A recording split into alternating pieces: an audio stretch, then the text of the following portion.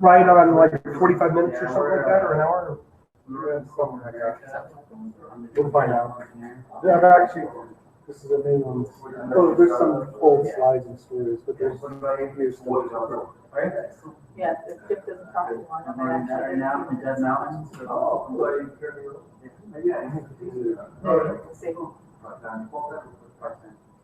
You had to work with Tyler and John Richards?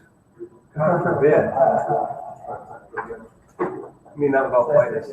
All right, it is Thursday, which means we've got an exciting fourth time around. And for those of you that are late, you're going to miss out because we got a double whammy today. Jeff Evans has presented for us about 4 times now, but we have a new face, and she is from Missoula. Well, most recently moved from Missoula, Montana. So She's actually she's a TCU corn crop. I'm from Dallas originally. Dallas, Montana, Utah? California's in there too, yeah. Isn't there a little Dakota in there too? South Dakota at one point too, yeah. So you're a little bit hick, a little bit redneck, or none of the above? None of the above. I was going to go with it, but. Okay, so if the title was there, I would say we're going to start now, and for those that come in later, There it is. Above the Noise, setting your business apart through social, and as promised, there will be kittens and puppies. Take it away. Take it away. Well, hi guys. Hi. We're happy to be here. My name is Jeff Evans. I have a startup called Social Media Connect. I'm fortunate to do social media marketing for a lot of great companies across the country. I have speaking gigs across the country, so it's pretty good. It's a pretty good gig, so I enjoy that. And for the first time, I get to work with Rachael and Cleave, and we both started out in the same industry, which is the automotive industry. We were one of the 2 first in-house social media managers of a major car dealership in the country. Hers in Sacramento, mine in West Valley City. I worked for a Chrysler Jeep Dodge dealership. They knew a Mazda, was it? Mazda, Subaru, they had 6. They had 6, yeah. So anyway, we were one of the first to ever do that. So since then, we have moved on and started our own businesses, and we want to give you a little bit of insights of what we've learned along the road. Yeah. Yeah? Yeah. All right. Yeah. So I will start, and you'll be our closer. I will be the closer. All Use right. that sales term there. All right. Thanks for coming out today. So anyway, the title of the presentation that we came up with is Above the Noise, Setting Your Business Apart Through Social. So what does that mean? That means right now, social media is huge, and basically you have about that much time to capture something with your message. So we're going to try to give you some tips to help you make them stop when you do that. So we'll start with that. Obviously, we're going to concentrate on social media for business. So to learn how to engage with your customers, how to attract new customers through, actually build brand trust through your customers through social media. Okay, so there's some rules for lunch and learn. And those are all phones on, not on airplane mode, ringtones set to pre-approved music. So maybe no Fetty Wap today. Okay, is that okay? Okay. Selfie safe zones. Take a selfie. I might photo bomb. Right? Get the word out. Tweet, Facebook, Instagram if you like it. Feel free to. What was that? Yeah. Feel free to interrupt and ask lots of questions. So the SLCircle is at Do Biz Better. I'm at Jeff Goes Social, at Rachael VC, and then hashtag Make Donald Trump again. And I'll get into why I put that up there, because it's kind of funny and kind of pretty. So hold on here. Can you get that? Yep, sure. I'll get you on Twitter, but I can't. There you go. There. Still coming up.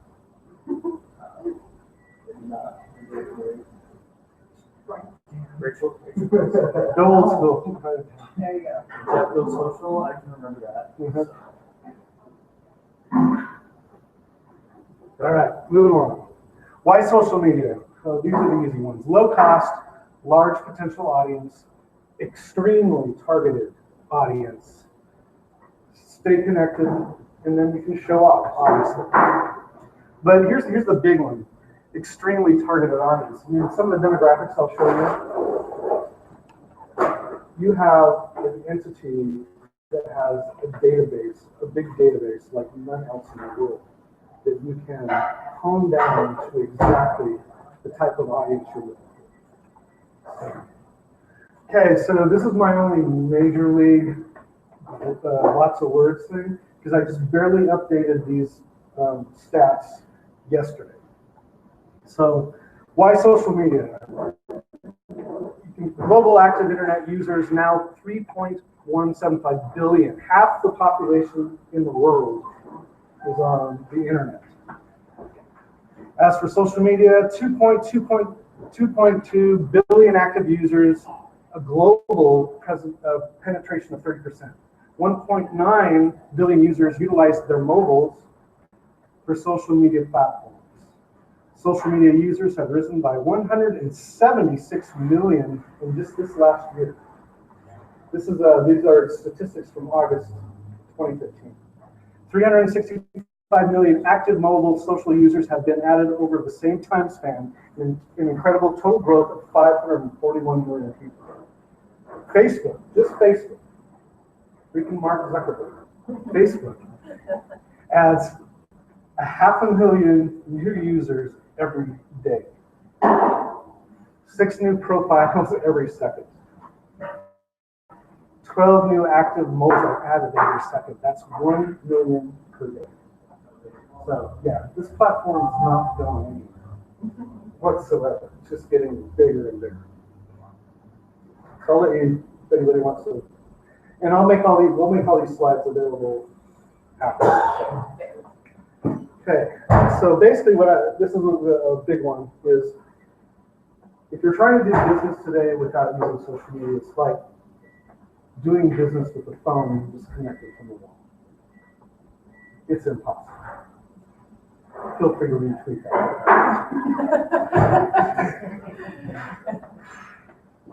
Yeah, so we're going to teach you how to plug the new technology phone, the new platform phone into the wall to talk to your audiences, your engagement with them. Social media has changed. It's not anymore the time where you can say, oh, my niece is doing it for me. Or we tried it. Yes. We tried it 10 years or 5 years ago and it didn't work. We used that technology. It just didn't work. Love the tape deck. So, entry tips for rising above. Stay consistent through all your social channels. So, what that looks like. So, here's a business that we see on Facebook, on Instagram, on Twitter. What's all constant? You see the same logo all over the place, the same type of imagery all over the place, and the same type of message across all channels. So for example, if I dig your Facebook page and I want to see what you're up to on Instagram or on Twitter, I can instantly spot you because of the look and the message. That's really important. But on the other side, you'll notice that it's slightly different because you also need to recognize that each platform's audience is different. But I can instantly recognize this is the company I'm with. More entry tips for rising above. Create a unique and informative about section. Make sure you let people know exactly what you're about. Also on top of that, as far as your address, phone number, zip code, including down to spellings and commas, all consistent across all platforms. Link to your other networks, your websites, and any other digital assets you have. But best of all, test. That is the beauty of social media, is you can test. I mean, back in the day when my family owned the furniture store, we put out a yellow paper sign, right? And you only had one shot at it, and it was there for the whole year. And if it did not work, you're screwed. And it was expensive the whole year. Today, you can put out multiple ad sets, tweak the image, tweak an image, tweak an image, tweak the copy you have in there, see which one performs best, and go with that one. And then tweak it again in a couple of weeks. It's beautiful that you can have instantaneous reaction from your fan base of what works and what doesn't. Whole year back in the day. To re-up with that, yeah. Okay, so entry tips for rising above. Bring some sense of humor. Humor is an excellent addition to your social media toolbox. It makes your brand memorable, invites conversation, and improves shares, likes, and retweets. I like it. So one of my faves is when a brand that is not funny at all can make itself funny. And one of those is the Charmin toilet paper brand. And they've done fantastic work with Charmin, we're all poops and giggles until someone runs out. Is that really their hashtag, tweet from the Tweet sea? from the sea, yes. Really? Yes. Oh, that's awesome. Or maybe it's Wednesday is known as hump day, which should we call dope day?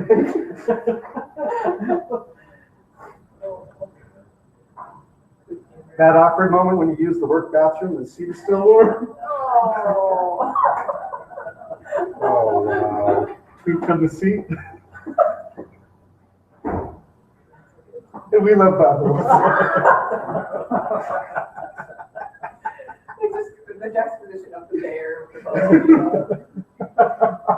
So if somebody can make toilet paper funny, you can make anything funny. So bring humor into your social media experience. And it would appear like it's inappropriate, but it's truly not, because it's No. topical to what. Yes, exactly. Everybody does it every day, right? Yeah. We love buttholes. It makes us a lot of money, right? Okay, so more entry tips for rising above. Visual. There are so many fantastic tools out there to bring graphics and images, high quality images, into your tweets. Everybody knows that Facebook posts, Twitter posts are opened 10 times more often if it's associated with a great visual. There are fantastic tools out there. Canva, Pablo by Buffer, and Buffer is a fantastic scheduling tool and analytics tool. These down here, easily, visually, and Pictochart are fantastic infographic builders. And then more editing ones, PicMonkey and Pixlr are fantastic. Easy to use.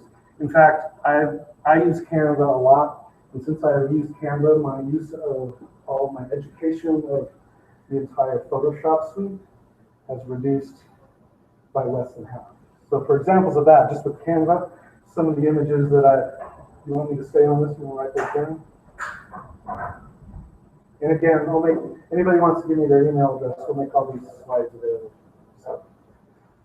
Okay, so just using Canva alone, here's some of the images that I made for some of my clients. So this was during the Outdoor Retailers Convention last time. Travel Gear had their 40th anniversary at Pierpont Place, so I included a picture of Pierpont Place, which is just right over there with their logo on top of them. Do you have 3 brands in that picture? Yeah, I do. Cool. So that's through Canva. I did for a mortgage loan guy. He's not the cutest guy in the world, but I've tried to make it as cute as possible. I didn't say that, Jason. Social media club event I did a two for deal. All through really easy. And for my Marathon Fitness in Houston, Texas, and they had no idea that I ripped off Utah Elevated, or Life Elevated. Is that what Utah is? Yeah, I totally ripped it off. So basically, what like a tool like Canva does is they will give you the format So you don't have to know in your mind that a Facebook cover photo is 851 pixels by 315 tall. It'll just do it for you, and then also give you a sharp image, give you tons of layouts to choose from, and then it'll also help reformat that if you want to use the same image for Twitter or for your Google Plus or for your YouTube channel, so you have that level of consistency through all the brands or all the platforms for your brand. Growing is also rising above, so growing your audience. So how you do that? Social media is a ground up, it's a grassroots thing. It starts at the grassroots. If your employees or your family and friends aren't involved in your growth, that's so important. If your key people, your inner circle, don't buy into what you're doing, your social experience, you're really handicapped. That's where you start. Current clients, tell them when you make a sale or something like that, follow us here, follow us there. Your email list. You know that, so if you use the statistics of Facebook, with literally 80% of the population having a Facebook account, that means, we can even like dive down and say 50% of your clientele are active Facebook users. You can load your email list into Facebook and they will produce an audience of people who already know you.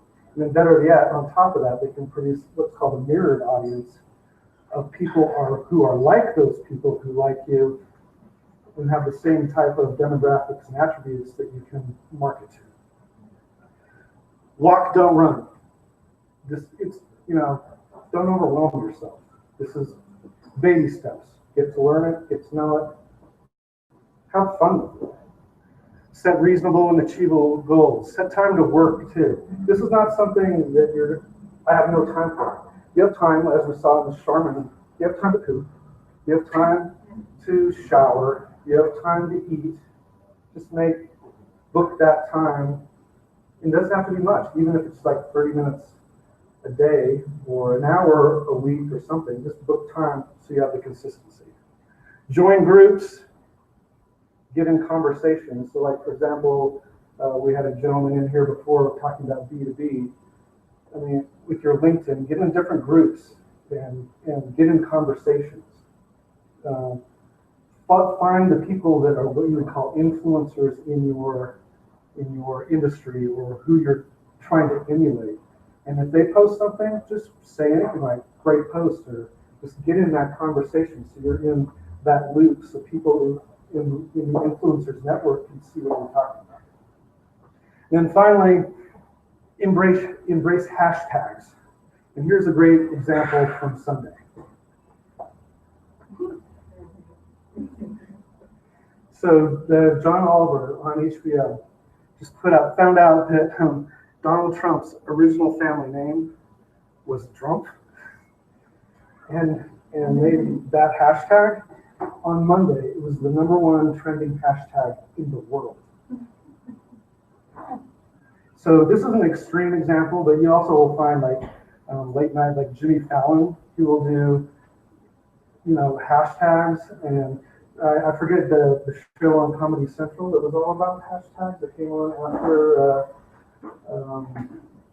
the former Stephen Colbert show. But anyway, hashtags. But this is an extreme example. But as far as going back to something like being an influencer, so for example, if there's, like I said, a show or a industry that has a huge show that has a hashtag built into it, you can already become an influencer or check out who the movers and shakers are in that show. So my next big speaking gig is at the world's largest furniture and design show in High Point, North Carolina. And I already know that hashtag is HPMKT, and I'm already marketing myself in that loop to become known without even being there yet, a month out in advance.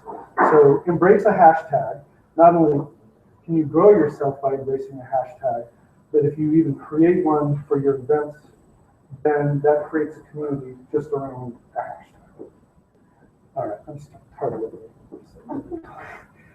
Finally, don't be overwhelmed. there are so many, I mean, this is the age of so many tools and so many avenues for you to make this easy. And then people like myself and Rachel here that are experts, or pretend to be experts, right? That can help you in any facet. But don't be overwhelmed. It's not that big of a deal. Okay, so a quick, Joel's seen these slides before, but this is a quick story about how I enjoy how businesses react to social. So I was in Los Angeles doing a speaking gig for a convention called URSA, which is one of the biggest fitness shows in Los Angeles. And I was ready to go, and I'd been staying at the JW Marriott, and I wanted to go find a greasy spoon diner that I didn't have to finance my meal over 3 months, pretty much. So I went, and so these are actual screenshots from my phone. This is, I found a place called the Original Pantry Cafe, and I took a picture of the Original Pantry Cafe and said, great breakfast atmosphere. That's pretty much, and took a picture. And then instantly, they retweet, they favorite it, they retweet, and they say thanks. And then, of course, in the middle, some guy who I have no idea added me to the list, awesome folks. Which is but so what does that do? So my network of Twitter followers, it's not huge, it's sitting around 1,500 or so right now. That shows anybody in my network, if they ever went to Los Angeles, they could get a good breakfast, greasy spoon breakfast experience at the Original Pantry Cafe.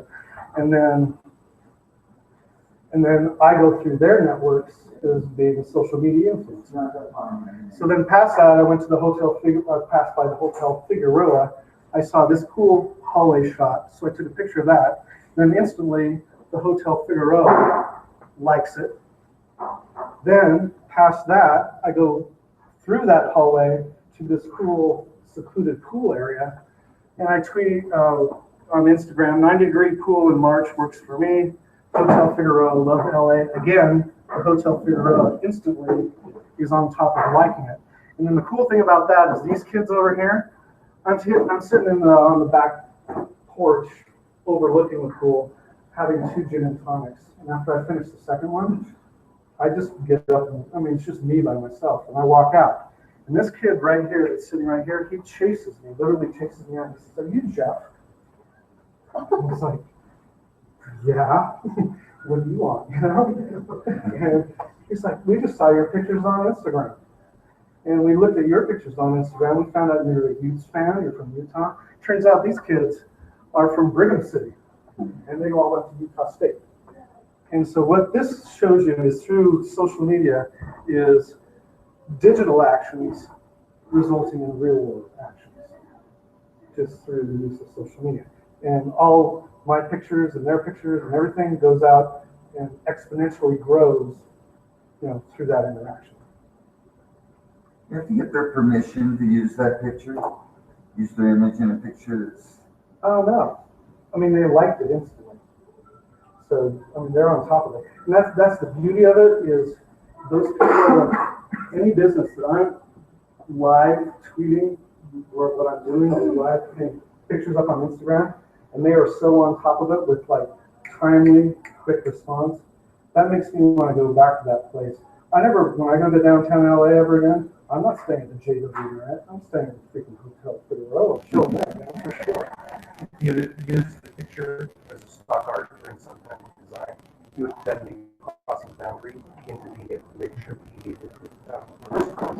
That's why a lot of times if you're at a place where they're going to record it for training purposes or something like that, they have you sign this. That's for general web use. It says slippery slope, depends if you're in Scandinavia or not.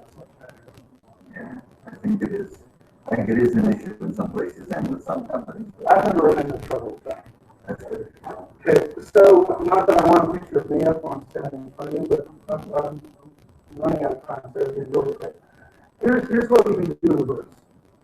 So imagine that I'm your client. I'm a client you want to approach to sell something.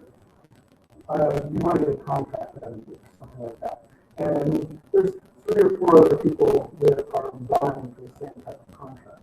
You've never met me before. Before your appointment in my office, if you go to my Twitter account or my Facebook account or my Instagram account, which are all public, so you can see what's up, you can find out, yeah, I do stuff like this. You can find out I can get her in a rock band when I'm on super old that. You can find out I love to tailgate at the East, football games. You can find out that I like to go to furniture and design shows, which I have a new chat and I speak at and stuff like that. You can find out that I just went to Mall Lab last week.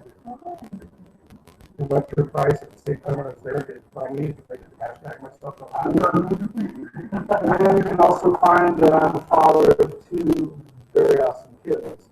So, if you could do all of that research on me before you even met me and walk into the door, what advantage do you have over your competitors in getting my business? And you are your fan at the end of the business. That would be a beautiful opening statement. Yeah, well, all right. Yeah, lots of kill, man. No, basically, you have icebreakers and conversation starters right out of the gate. And then, if I do get into your business, and you get the contract from me, then if you send me, after you got the contract from me, because of the research you did, you sent me a use hat, sold for life. Just because of the advanced research you do with my profiles. So you can do that in reverse too. This is the rise above. You can be unique. You can be Stefan at Thanksgiving. This shows you how to show up and be unique. Basically, social media on the reverse gives you a chance to give your story to your potential clients and customers.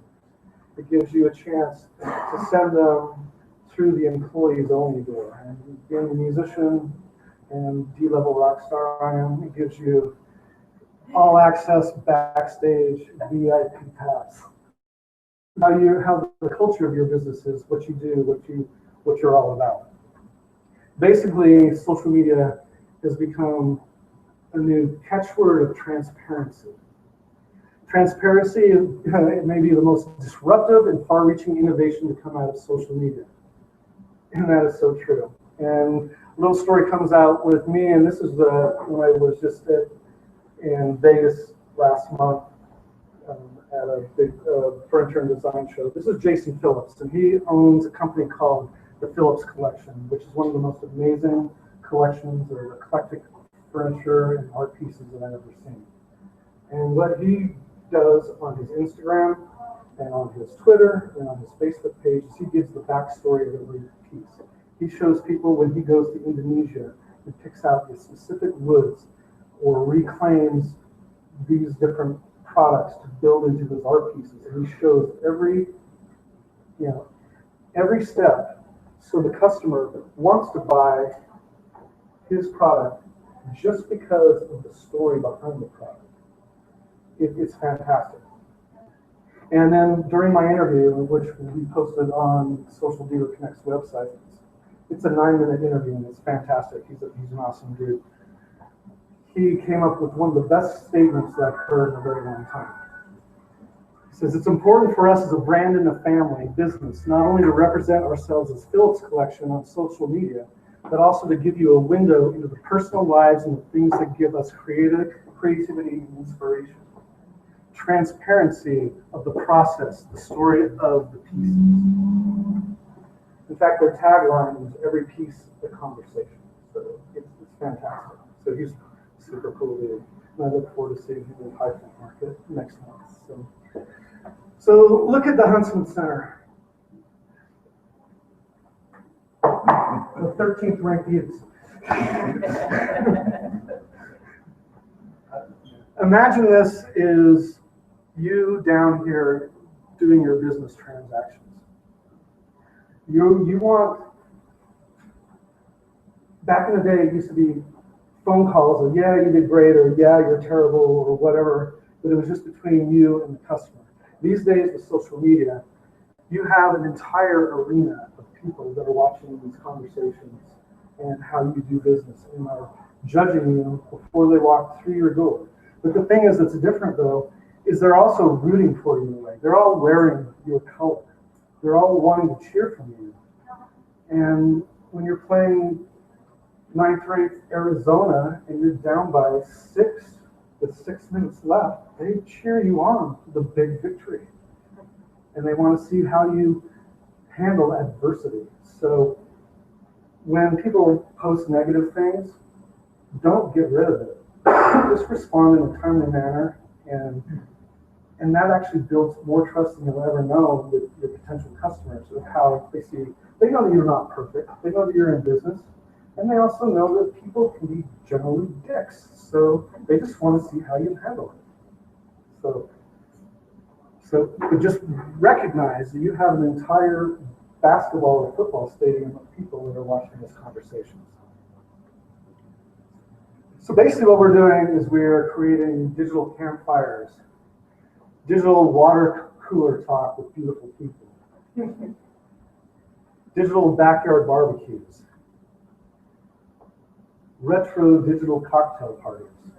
We're just creating experiences where people have the potential to talk to you about you because of what they've seen. Have you ever gone to a cocktail party and expected to make money?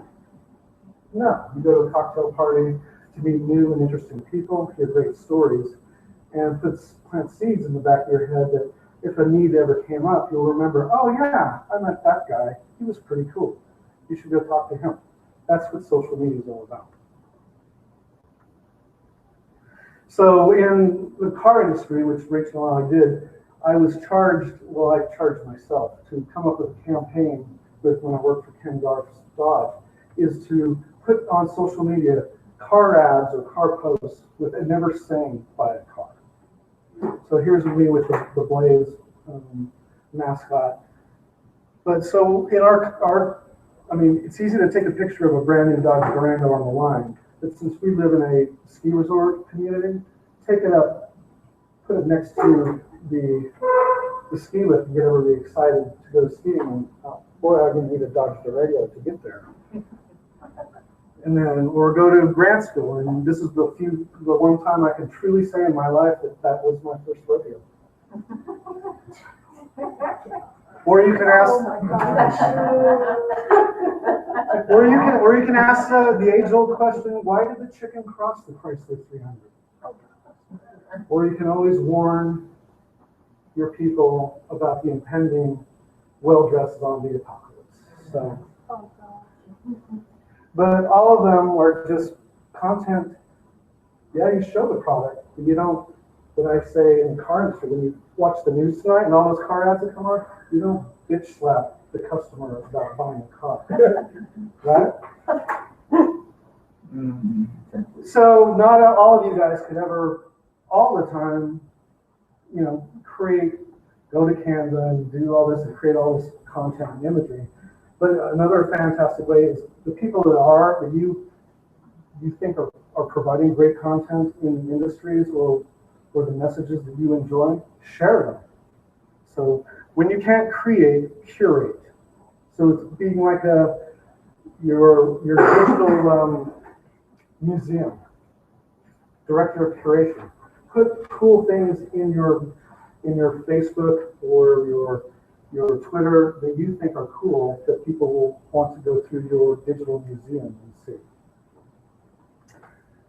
Finally, this is one of my mentors. This is Scott Stratton. You can't really see, but this is in our kitten motif. He has his latest book out is QR Codes Kill Kittens. And he had a fantastic sense, and this one really resonates with me, is if you believe business is built on relationships, make building them your business.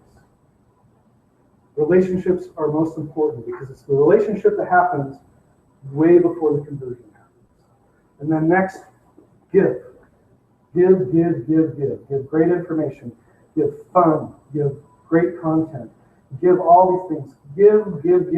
And then you can receive from your potential clients. Give. And that's my portion of the conversation. So can I introduce you to the multi-talented and beautiful Rachael Van Cleave. Put your hands together.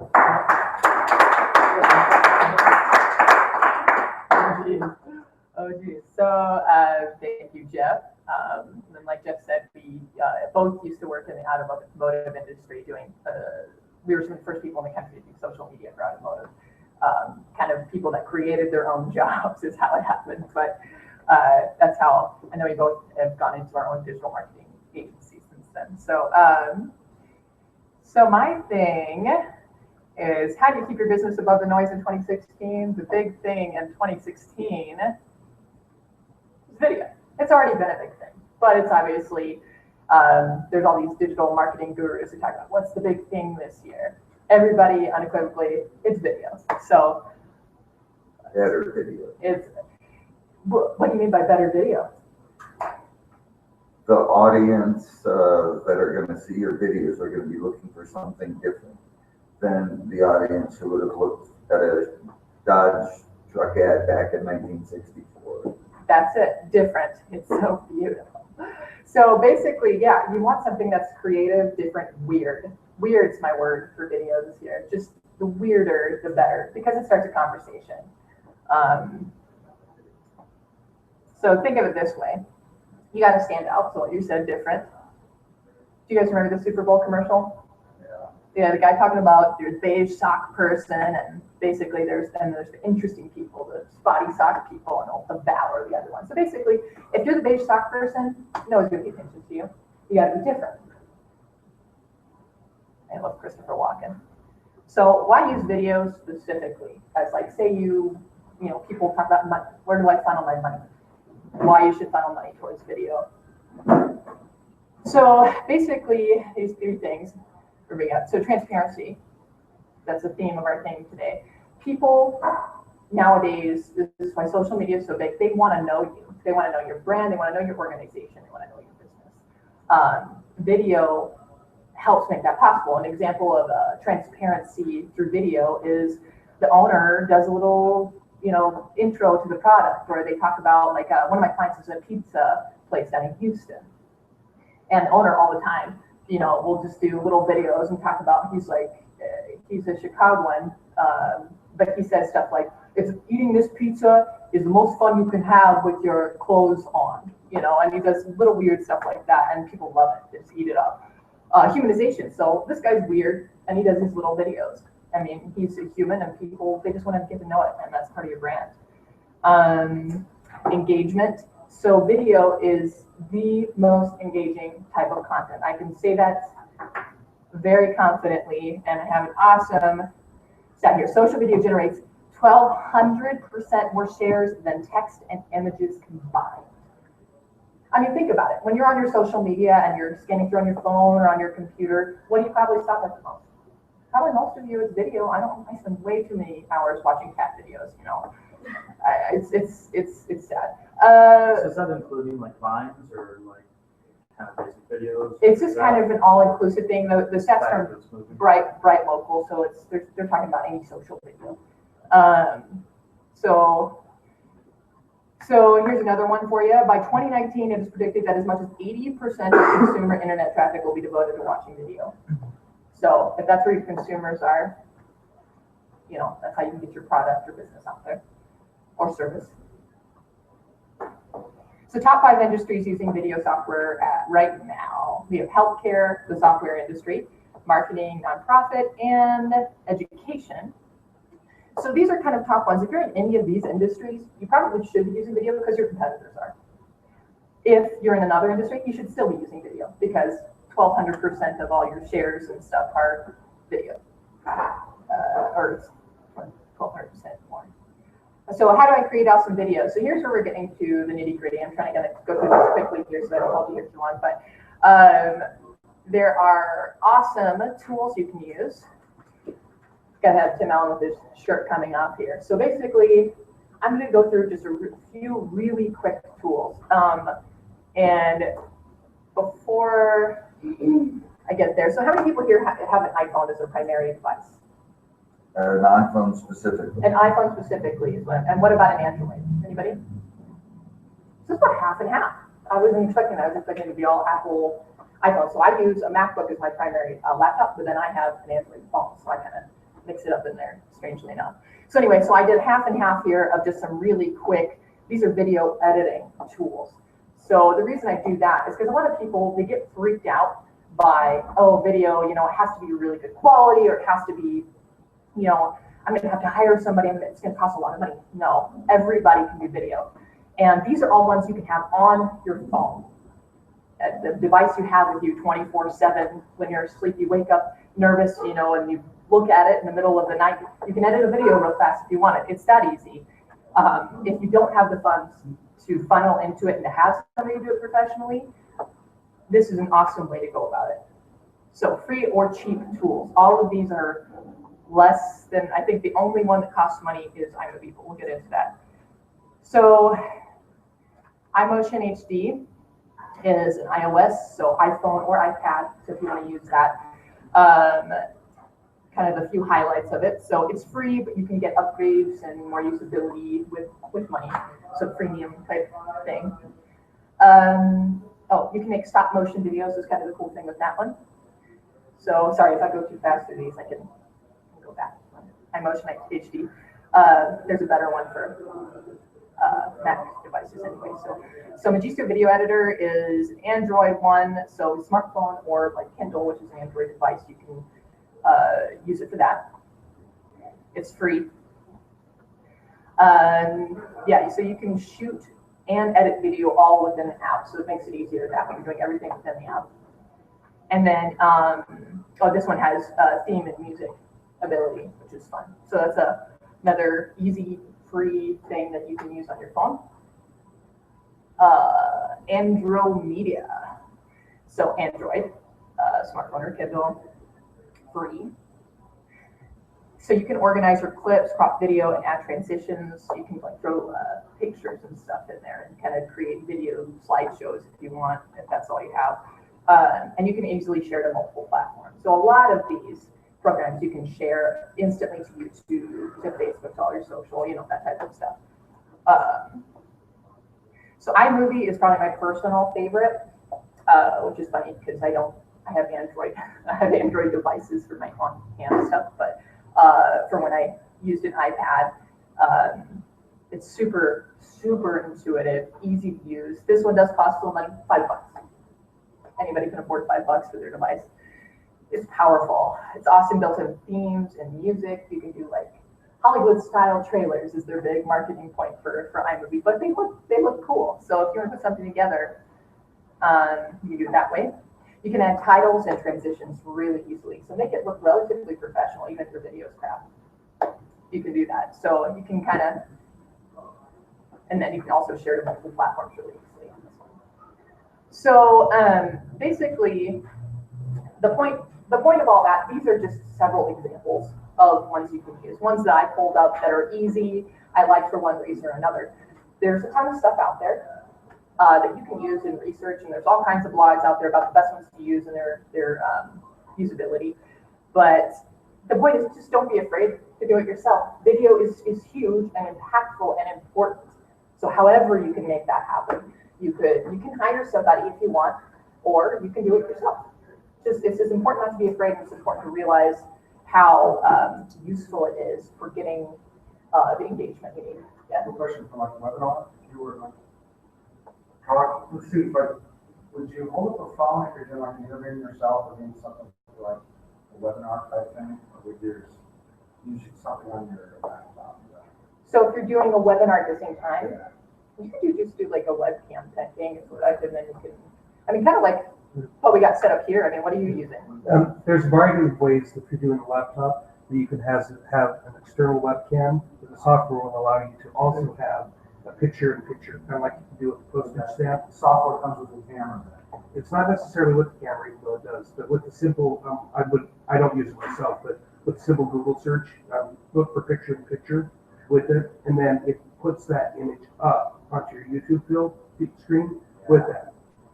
So yeah, there's all kinds of different stuff you can do. Some things I'm not talking about, for example, are, so say you need to do a demo on your phone. There's a really cool app that I think is both iOS and Android called Reflector 2.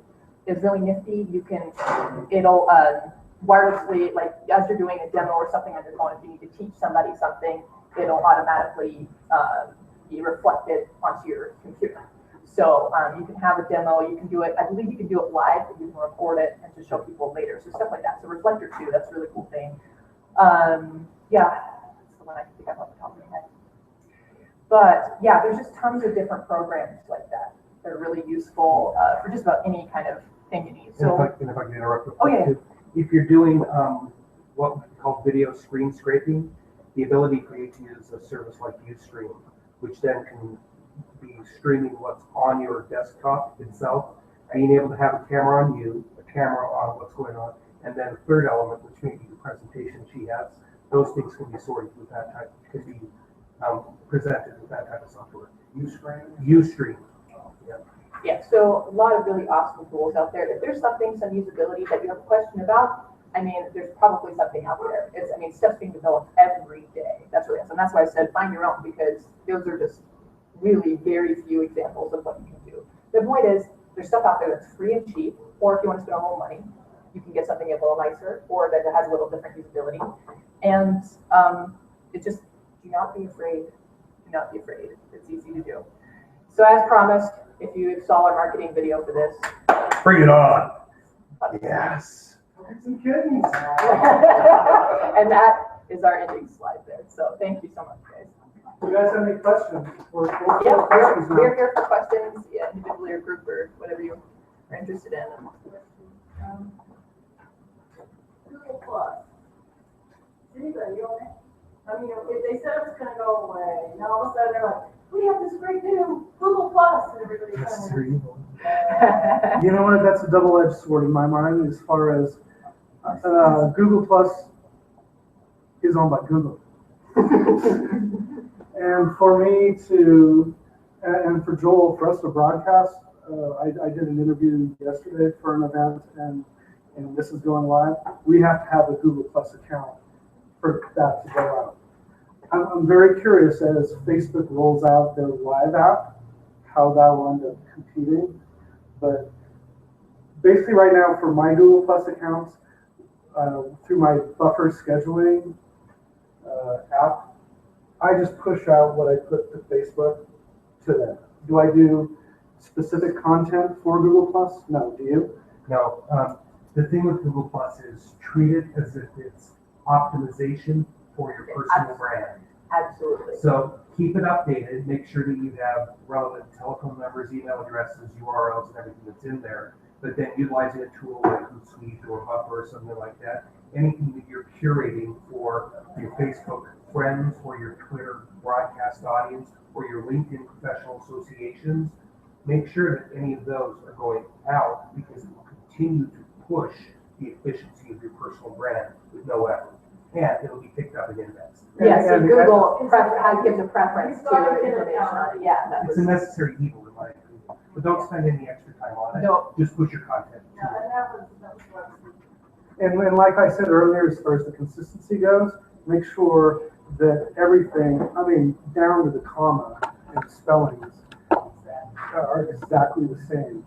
So it increases. I mean, you know, the last Google update, or one of the last ones, has now put an extreme heavier weight on social media activity.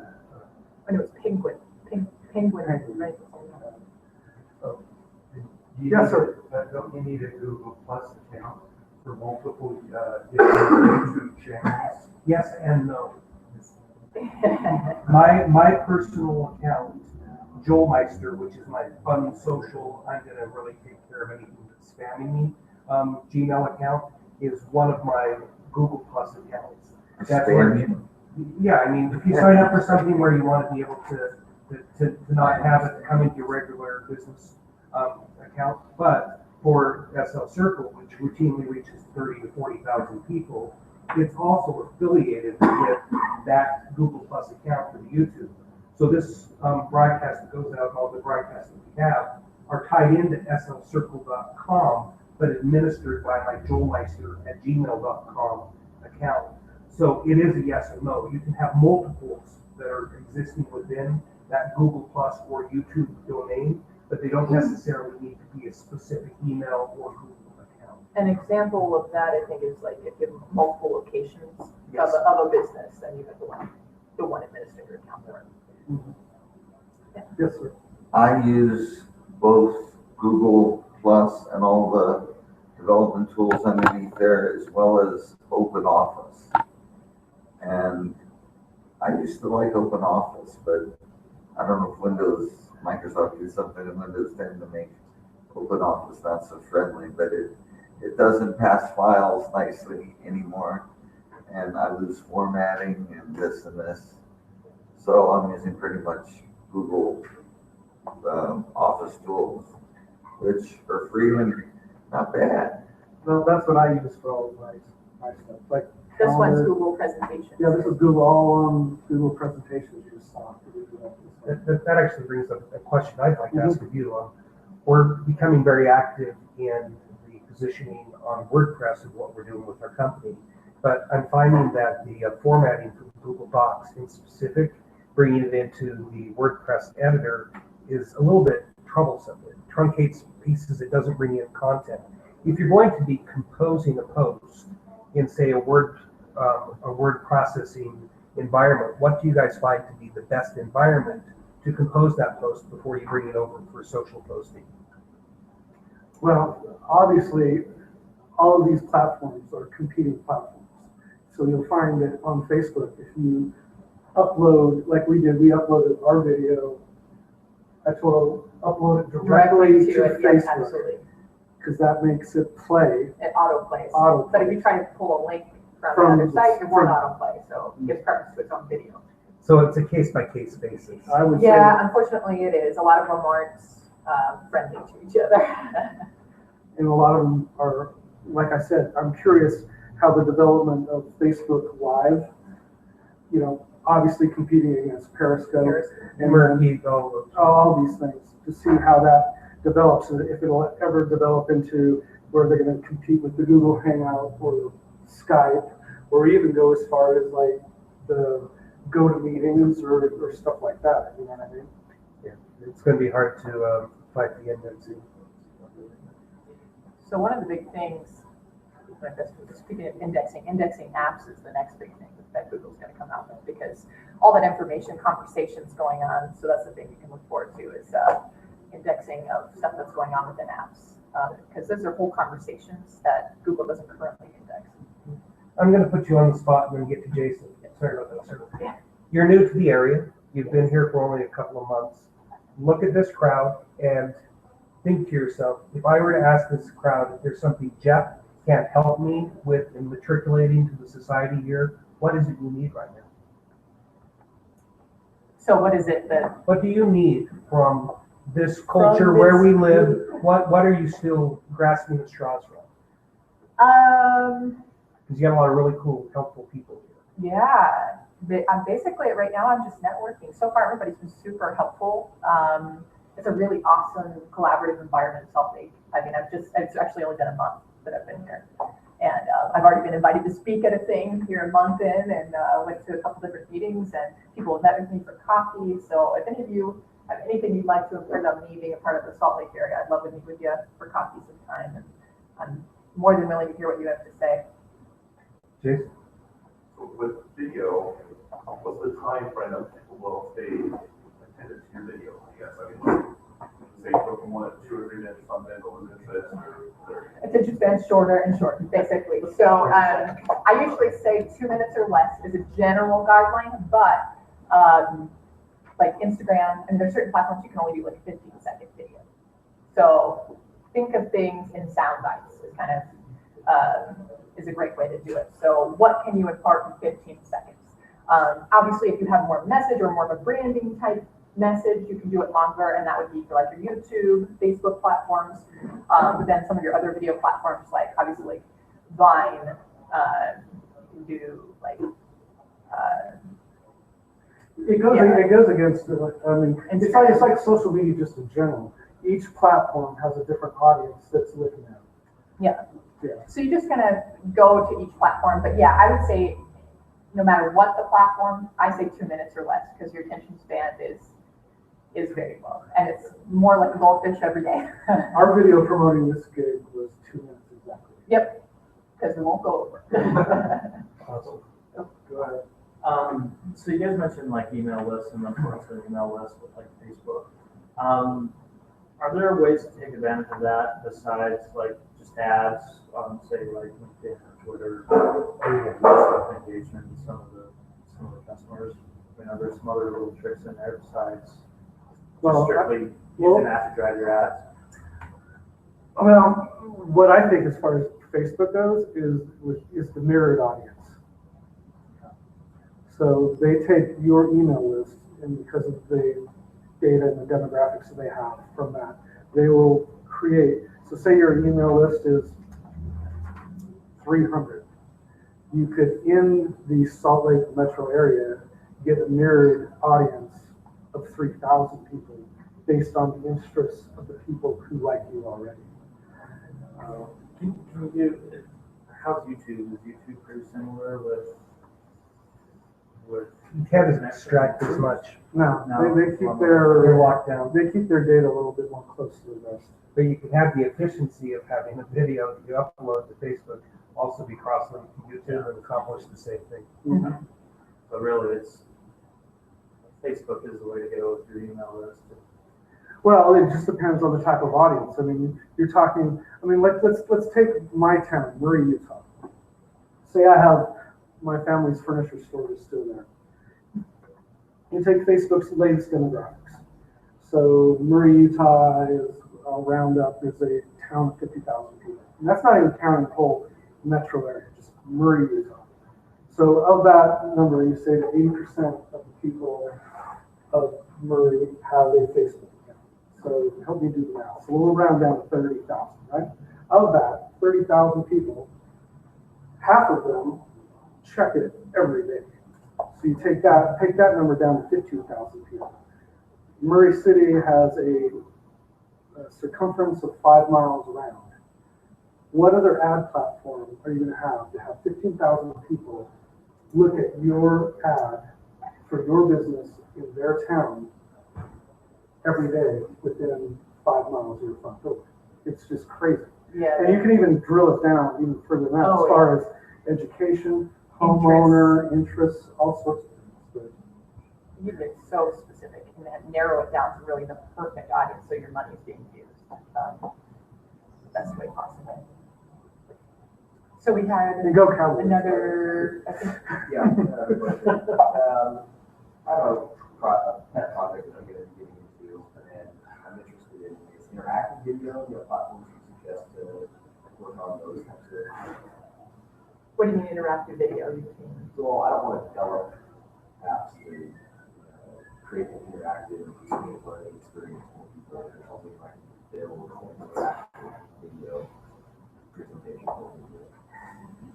Are you talking if, sorry for Oh, no, go for it. Are you talking if this then that type of thing? They go to a certain area within the video and you want it to go to another thing if you make an action? So, for example, Okay, no, that's I good. think about it as maybe like a story, and maybe it's a different language, and I don't know those words, so maybe if I click on that word, maybe I hear it, and that's not quite enough, so I need to read it too, or maybe I need to click on that word so that it can flip and I can see what you're going to.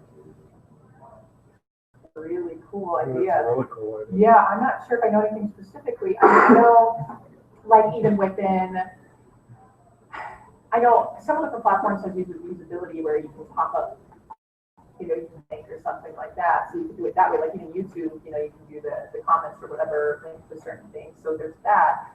I'm not sure if that's exactly the usability you're talking about, but I'm sure that I'm thinking there's something out there. Is it gonna be called Flash yet? I don't know that it's Adobe that killed Flash. Oh, well, yeah. No. I'm saying Flash. Well, I mean, the closest thing I Yeah. can think of is like Camtasia or something. I don't know. Camtasia is free. That's actually funny you mentioned Camtasia. That's so my husband works for National Weather Service, and that's what they use there. And they have to answer a lot of questions. But I actually haven't used that one, so I'm not as familiar. But he did mention that specifically. Maybe I can ask him about the usability of that. I can get your information because I'd be interested in answering that question. I was interested in that. Yeah, I love hearing about new usability questions, because then it's more that I can learn and to tell people in the future. So I would love to know if there's something that does that for you. And if it doesn't exist, develop a crop method. Yeah, right? So I'm not cutting this off, it's just, I try to be able to stop these at 1 o'clock, which it is. Selfish plug, the Circle is having our, it's basically 3 times a year, speed networking, as well as we're going to add an element of speed pitching this year for people that have ideas. So we are going to bring in some folks from the Angel and the Incubator community as well. That's on the 17th, I think it is. It's a Tuesday, 2 weeks from the day before yesterday, up at the Zion State Tower. You can check it out at SLCircle.com. You're more than welcome to hang out in the holodeck for as long as you'd like to. I would highly encourage each and every one of you, if you want to be able to have some one-on-one time with these two, to take a business card here, come talk to them here as well, because this has been very valuable. If it's only for the tools that you didn't know existed readily that you take away from this, you're leg up for your hour investment of your time, but there's much more that you took away from it. So I'm going to shut the Hangout down, which you can find at SLCircle.com on YouTube, and you can continue the Q&As if you like to. Thank you both of you. All right. Thanks, Bill. Thank you all very much. Our cards are here if you need those, but we're happy to answer any more questions. Could I have a question? Absolutely. I've never had a face